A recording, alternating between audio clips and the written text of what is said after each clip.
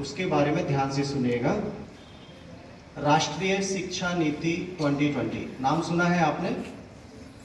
National education policy 2020 आखिर क्या है, इसके बारे में जानना चाहिए। हमारा देश, यहाँ की शिक्षा बड़ी पुरानी है, बहुत ऐतिहासिक है। अगर हम बात करें भगवान श्री राम की, तो शिक्षा के लिए उनको गुरुकुल जाना पड़ा। उनके गुरु थे वशिष्ठ। अगर हम बात करें भगवान श्री कृष्ण की, उनको भी शिक्षा के लिए संदीपनी ऋषि के आश्रम में जाना पड़ा।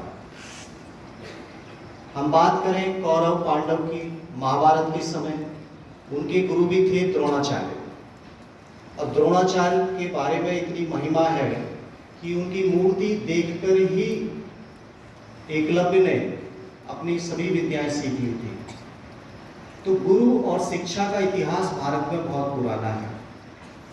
जब 1700 में ईस्ट इंडिया कंपनी हमारे भारत में आई, उन्होंने यहाँ शासन करना शुरू किया, तो यहाँ के लोग बड़े विचलित हुए। उनके ऊपर नियंत्रण दूसरी कंपनी का होना शुरू हो गया। 1857 में क्रांति हुई स्वतंत्रता संग्राम के लिए, और उस क्रांति के बाद इंग्लैंड की सरकार ने ईस्ट इंडिया कंपनी से सभी अधिकार ले लिए, और जो भी अभी कोई डिसीजन करना था तो वो इंग्लैंड से होना शुरू हो गया। उसी वक्त इंग्लैंड की सरकार को लगा कि भारत में शिक्षा के बारे में प्रयास करना चाहिए।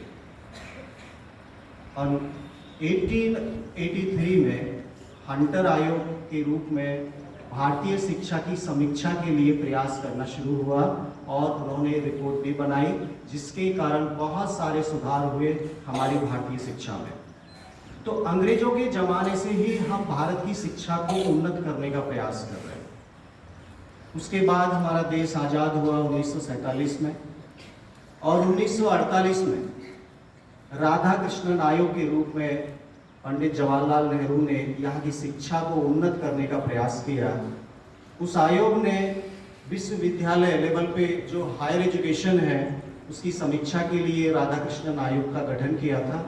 उन्होंने बहुत सुधार करवाए, और यूजीसी की स्थापना भी उसी आयोग के कारण संभव हो सकी। यूजीसी की स्थापना 1952 में हुई, और 1953 में माध्यमिक शिक्षा आयोग, जिसे हम बोलते हैं मुदालियर कमीशन, वो भी गठित हुआ ताकि स्कूली शिक्षा का प्रयास, इसका विकास किया जा सके। मुदालियर कमीशन के बाद इंदिरा गांधी के समय शिक्षा को इम्प्रूव करने के लिए भारत की पहली एक एजुकेशन पॉलिसी आई 1968 में। 1968 में एक ऐसी पॉलिसी बनाई कि भारत की शिक्षा कैसी होनी चाहिए, क्या सुधार करने की जरूरत है, स्कूल कैसा होना चाहिए, शिक्षक कैसे होने चाहिए, क्या पढ़ाना चाहिए, ये सभी बातें हुई। और इसी पहली शिक्षा नीति के तहत भारत में 3 भाषा का सिद्धांत शुरू हुआ, जिसे त्रिभाषा प्रिंसिपल बोलते हैं। हमको 3 भाषाएं पढ़नी पड़ती हैं, एक हमारा हिंदी, एक इंग्लिश, और एक कोई भी हमारी मातृभाषा या क्षेत्रीय भाषा। तो त्रिभाषा सूत्र 1968 से आया। इसके बाद भी कुछ कमी रही इस पॉलिसी में। जो कुछ कमी रही उनको सुधार करने का फिर से प्रयास हुआ, और 1986 में राजीव गांधी जी के समय हमारे भारत की एक नई पॉलिसी आई, जिसे हमने न्यू एजुकेशन पॉलिसी नाम दिया था। इस पॉलिसी में जो कमी पहले छूट गई थी उनको सुधार करने का कोशिश हुआ, और ऑपरेशन ब्लैक बोर्ड शुरू हुआ था। कई ऐसे स्कूल थे जहां ब्लैक बोर्ड तक मौजूद नहीं था। तो उस न्यू पॉलिसी में ये फिक्स किया गया कि सरकार की जिम्मेदारी है, लोकल प्रशासन की जिम्मेदारी है कि हर स्कूल में कम से कम ब्लैक बोर्ड अवश्य हो, ताकि हमारे नए नौजवान छात्र जो भी हैं उनकी शिक्षा अच्छे ढंग से हो सके। यहाँ पे मैं एक बात और कहना चाहूँगा। राजीव गांधी जी ने इस न्यू एजुकेशन पॉलिसी 1986 में एक नई बात और जोड़ी, वो थी कंप्यूटर शिक्षा। और इसी पॉलिसी के तहत हमारा नवोदय विद्यालय भी अस्तित्व में आया। इससे पहले नवोदय विद्यालय नहीं था। ऐसी परिकल्पना की गई कि ग्रामीण बच्चों के लिए भी उच्च क्वालिटी की शिक्षा मिल सके। इसके लिए नवोदय जैसे आवासीय विद्यालय खोले जाएं और आज आप ऐसे ही विद्यालय में मौजूद हैं। देखिए, कोई भी पॉलिसी हमेशा कंप्लीट नहीं होती, कुछ ना कुछ उसमें कमी होती है। ऐसे ही कुछ इसकी समीक्षा की गई। यशपाल कमेटी 1993 में आई, NCF आए जिन्होंने करिकुलम के बारे में बात किया, और 2009 में राइट टू एजुकेशन आया, शिक्षा का अधिकार। ये कोई बहुत छोटी बात नहीं थी।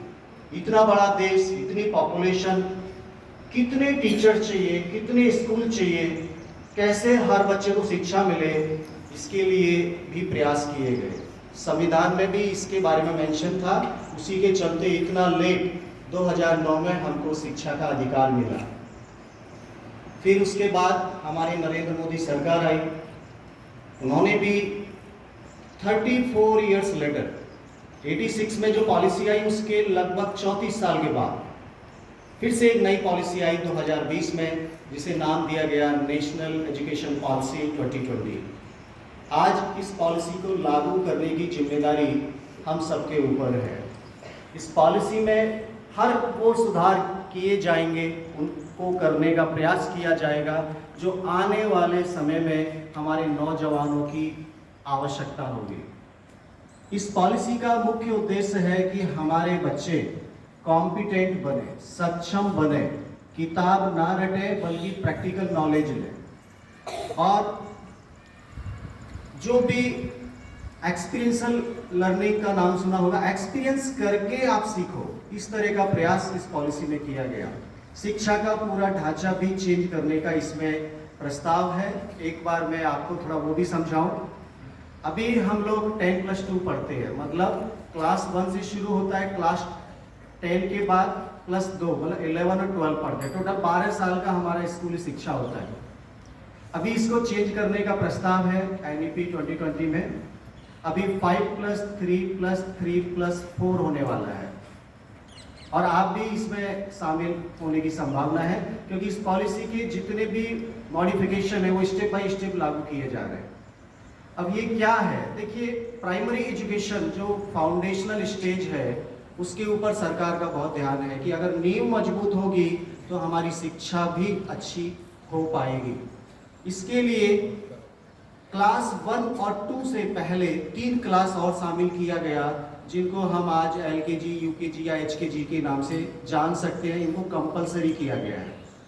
3 क्लास आपके प्री प्राइमरी रहेगी, +1 और 2। इस तरह टोटल 5 साल को फाउंडेशनल स्टेज बोला गया है।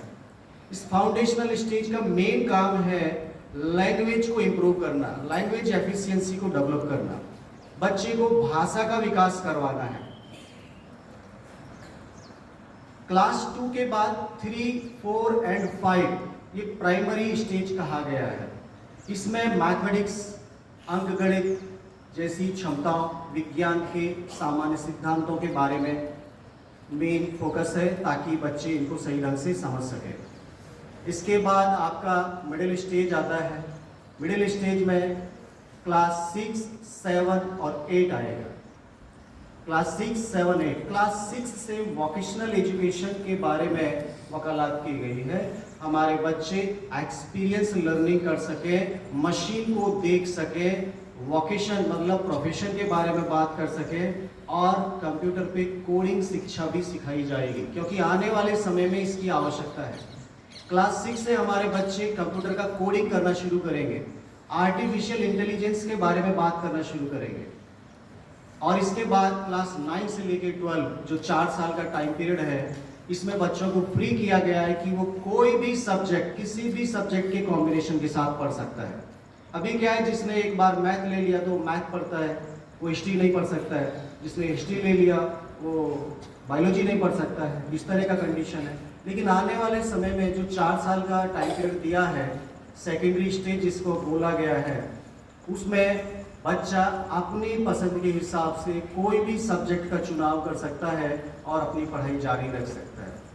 न्यू एजुकेशन पॉलिसी ना केवल स्कूली शिक्षा के लिए है, बल्कि हायर एजुकेशन में भी बहुत सारे रिकमेंडेशन किए गए हैं। एकेडमिक बैंक ऑफ क्रेडिट बनाया जाएगा, परख जो मूल्यांकन के लिए कार्य करेगा उसको भी डेवलप किया गया है, और एमफिल को ख़त्म कर दिया क्योंकि उसकी कोई आवश्यकता नहीं रहेगी आने वाले समय में। इस तरह से बहुत सारे मॉडिफिकेशन है। चूंकि आपके सामने में अभी हायर एजुकेशन में क्या क्या परिवर्तन होगा उसको डिस्कशन करने से अभी कोई फायदा नहीं है। मैंने स्कूली शिक्षा में क्या होना है इसके बारे में आपको समझाने का प्रयास किया, और इस पॉलिसी को लागू करना, इफेक्टिवली लागू करना केवल आपके विकास के लिए बहुत जरूरी है, क्योंकि हमको एक बार फिर से वही विश्व गुरु का दर्जा हासिल करना है जो कभी तक्षशिला का था, नालंदा का था, विदेशी लोग भी यहाँ पढ़ने आते थे। ऐसी ही शिक्षा हमारी इंडिया की बने, ऐसी हम उम्मीद करते हैं, ऐसी हम कामना करते हैं। बहुत बहुत धन्यवाद।